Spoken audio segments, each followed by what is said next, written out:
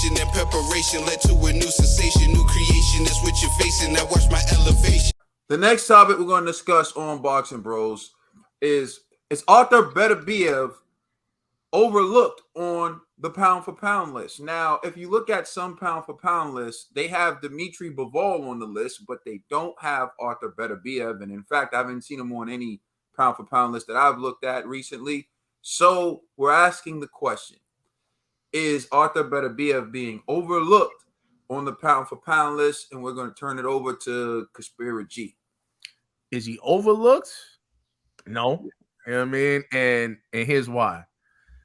Because I really hate pound for pound lists, because I always bring this up. Are we talking about skills or are we talking about accomplishments?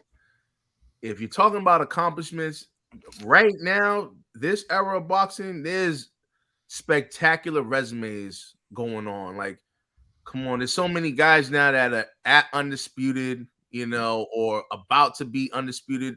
Beterbiev is about to hopefully be undisputed, if he gets this Bivol fight, but until then, I don't think he's going to get mentioned, right? You got guys that are going up weight classes. My man's only at, light heavyweight. So, I do believe at light heavyweight, he's the baddest man in that division. Nobody else, I think, is going to beat him. But nonetheless, he's only at light heavyweight, So, I don't know. When you're talking about guys that in like 3, 4, 5 weight divisions doing things, it's like, and then not to mention, pound for pound, it's unfortunate, but it is somewhat of a popularity kind of conversation where, certain divisions just get more shine than others, so like, come on, we got, arguably people are talking about, Lomachenko and Devin Haney, and some people even saying even Tank should be on the pound for pound list. That's 3 lightweight guys. It's unfortunate, that people in the light heavyweight division aren't getting that type of recognition, but it just is what it is. But to say he's overlooked, I don't necessarily think he's overlooked. I just feel like, if he gets that Bivol win, then sure, because the reason why Bivol got on there is because Bivol defeated Canelo, So if Beterbiev body bags Bivol, then I think everyone's gonna go, you got that. You know what I mean? So so that's what I'm thinking. See, like a lot of these guys, man, these are some decorated guys. You know what I mean? Like, it's a stacked list. Like, for him to get in there, someone has to go. So who are we willing to remove off the pound for pound list to put in Beterbiev? You know what I mean? Like, even, and the one argument, and I know people might feel like, oh, gee, you're hating. I could entertain removing Lomachenko only because of inactivity, right? Loma's not really as active as he was like 4 years ago or what have you, right? Or maybe 3 years ago, right? And, his last major fight, it was a loss, right? Against Teofimo. So I can understand, hey, remove Lomachenko if you have him on the list and put in Beterbiev. But other than that, it's like it's going to be real tough to actually fit him in there. So I don't think people are overlooking Beterbiev. It's just Beterbiev guys to do a little bit more to squeeze his way in. Like, even people are even arguing Shakur Stevenson at 130 should be on the pound for pound list. You know what I mean? Like, so it's just a stacked list right now on ESPN's pound for pound list, number 9. See, that's what I'm saying. It's tough. It's real tough. Like, who you gonna remove to squeeze my man in there? All right, Trill Dollar Bill is overlooked on the pound for pound list. Who's pound for pound list? Everybody. I don't think he's on anyone's pound for pound list. Everybody's pound for pound list is different. You got Ring magazines, you got ESPNs, you got PBCs. It all depends, right? It all depends. And G made up a lot of points. He said it's a popularity contest, which is true. But then he also said that it's skills and accomplishments, right? we put this guy's skills up there. I'd say I put him up there. I think this guy has unbelievable skills, and he wants to get better. He always jokes with his trainer where his goal is to be a boxer, a great boxer. That's what his goal is. And he's still trying to learn how to be a great boxer. That's his goal. That's his guy. He wants to get better. Man, he dedicates himself to the sport. He got 3 of the belts in his weight class. Reminds me of Earl. Earl got 3 belts at his weight class. But this guy has did it with all knockouts. Devastating fashion. I believe that he should be on there because he has accomplishments. But like you were saying, though, G, it is a popularity contest when it comes to these pound for pounds, and they are objective. So you can get people on Ray magazines, they might have a Strata on there, and they have Bivol on there. To me, I don't think that Bivol earned a spot on there just by beating Canelo. Just because you beat Canelo, automatically you get to be on there. Nah, and you wasn't. Now, when you go back and watch that fight now, it doesn't look as impressive as if people thought it did at the first time when they seen it. He didn't stop him. He didn't do it in devastating fashion. But this guy over here has more accomplishments. And the fighters, if you look at his record, he's fighting guys with winning records. He was beating these guys with winning records. He wasn't going in there getting no pushover fights. Beterbiev is fighting hard fights. Older guy, and he's a problem. So, I mean, you can squeeze him in there somewhere with all the other guys if you want, just depending on who you are. But you can't overlook this guy. You can't overlook him because he is a force to be reckoned with. He definitely is. All right, TBE. Nah, he's definitely being overlooked. I feel, a lot of analysts feel like since Bivol did get that win over Canelo, he deserves a spot in the pound for pound. But I feel Bivol's holding Beterbiev's spot because Beterbiev is a problem, and he's showing that. He showed that last night when he took Joe Smith's belt, and when soon as they fight, I think he'll be rightly placed. And I know Beterbiev called out Bivol and said he wants that next because he says unifications are better than fighting regular fighters who don't offer anything. So I think Beterbiev's on a mission, and I hope he accomplishes that mission because that he's something special. At 37 years old, he's something special, and he's proven like through 17 knockouts, he's the man to do it.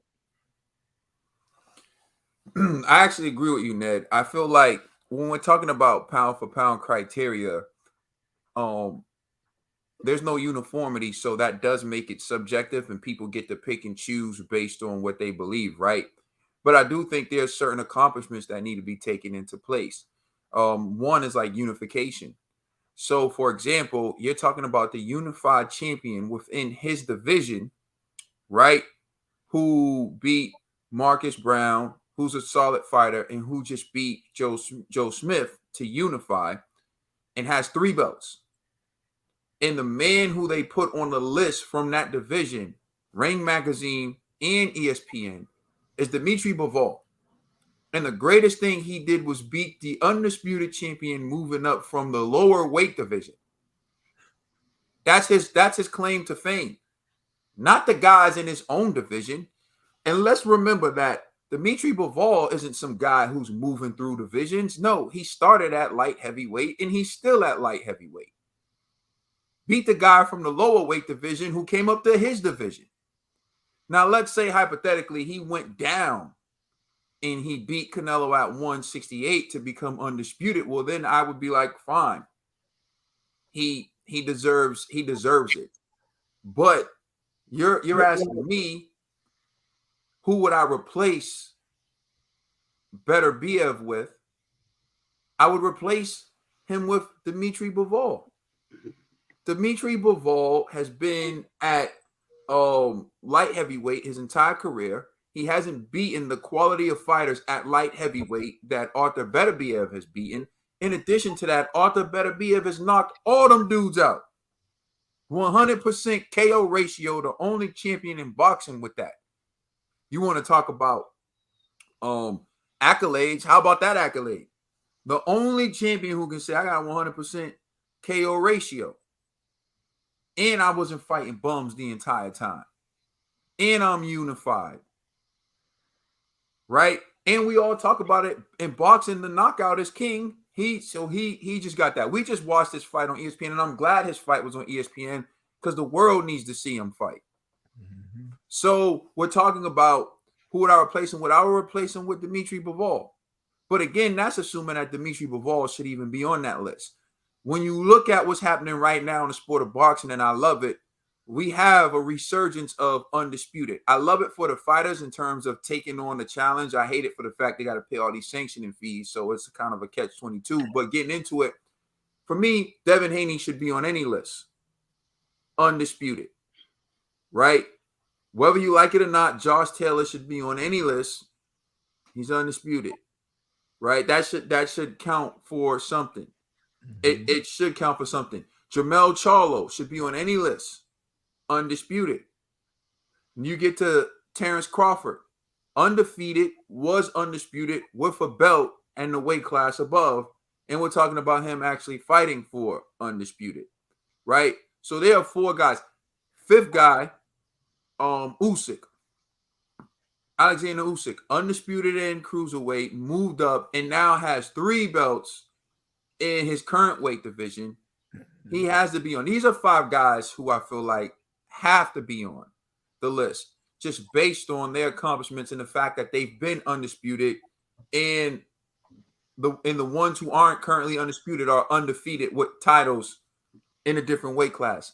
Now you look at guys like Errol Spence and Artur Beterbiev, who are unified within their weight division with the most belts. They have to be on the list. Although you may like Shakur Stevenson and you may like some of these guys, and we know they're promising technique-wise, skill-wise, they're great, but they don't have the accomplishments, and they haven't been in with the quality of opposition as, say, these other guys. So, I mean, I get what you're saying, G. In the end, you're right. It's a popularity contest. It's also a political game. I'm ESPN. It's more beneficial to me to put more of my fighters on that list. And if you're Ring Magazine, it's more beneficial for you to put Estrada and some of these other guys in there on that list. And we didn't even get to Vasily Lomachenko and the Teofimo Lopez's of the world, who have great resumes, have accomplished so much, and have great boxing skills. So it's difficult. But I do think if you're going to put Bivol on your list, you got to take him off now, and you got to put on Beterbiev after he just won that belt. Yeah, and you see what happened in the fight with Bivol and Joe Smith. And you seen what happened with Beterbiev and Joe Smith. Even though it's cross. That's a good point, Trill. Yeah. It's just levels, I think, And I don't like doing cross fights, but you already know it was just different. It was just I'm just saying, I have an idea what my prediction is going to be for Beterbiev versus Bivol. I think we all agree. I have an idea what it's going to be. I'm Joe Nostradamus. I think I got an idea. Let us know what y'all think in the comment section. Please like and subscribe. Check us out on Instagram and Twitter. And please check out our podcast on all major streaming services. We are the Boxing Bros. The Brothers album out now.